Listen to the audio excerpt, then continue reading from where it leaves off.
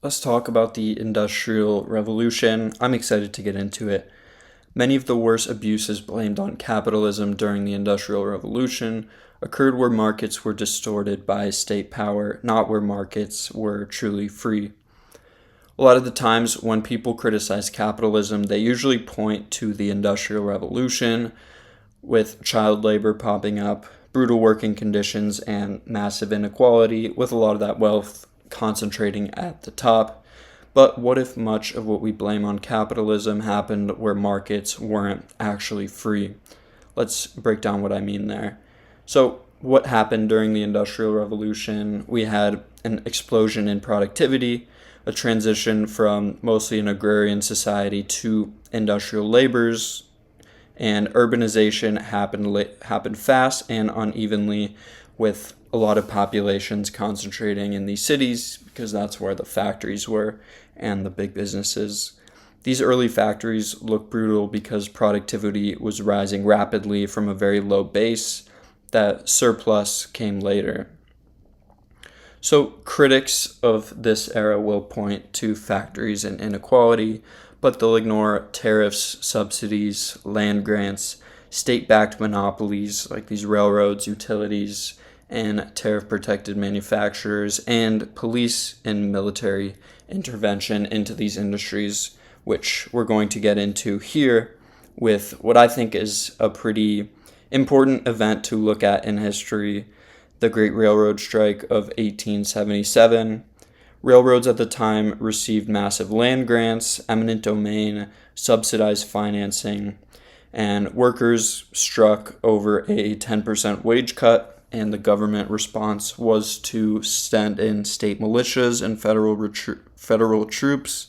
The result was that labor was crushed, and these corporations were protected, and they didn't have to give in to the demands of the laborers, which, again, a lot of the literature and then the reform era coming after this industrial revolution is focused on criticizing this new industrial capitalism, when I would argue that this is not a free market at all, right? In a truly free market, workers have the right to withhold their labor if working conditions aren't good, right? And that's how the market will eventually find equilibrium, right? If these companies are providing labor that has no demand because it's unsafe or the wage isn't high enough, right, then both parties will have to negotiate. But when you have the state issuing violence on behalf of these companies, then you don't have a free market, right? And that's why I just think it's wrong to frame this era, or even more crazy to frame today's economy as capitalism. But we'll get into that more later.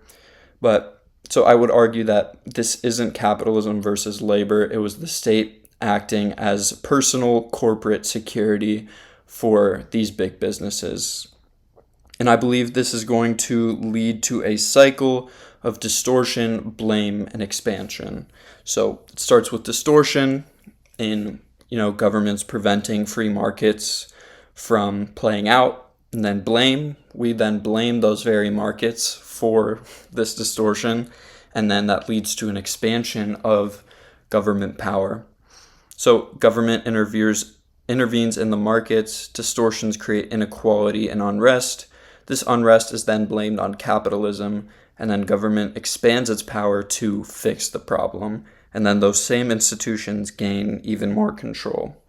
So what we see here is the referee causing the problem and then asking for more authority to fix it, which we're going to go more into in future videos, but especially with the creation of the Federal Reserve just, 40-ish years later after this event.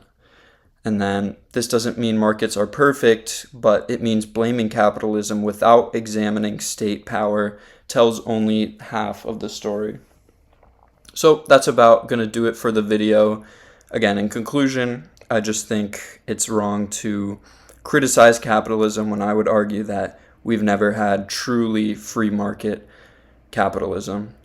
If you enjoyed the video, leave a like and subscribe. That stuff helps out the channel a ton. I'm also going to be writing a weekly Substack. I'll leave the link to that down below. It's free to sign up, but if you want to pay to support the channel and the work I do here, that would be greatly appreciated. But yeah, as always, together, let's work, save, and build a better future with Bitcoin. See you in the next video.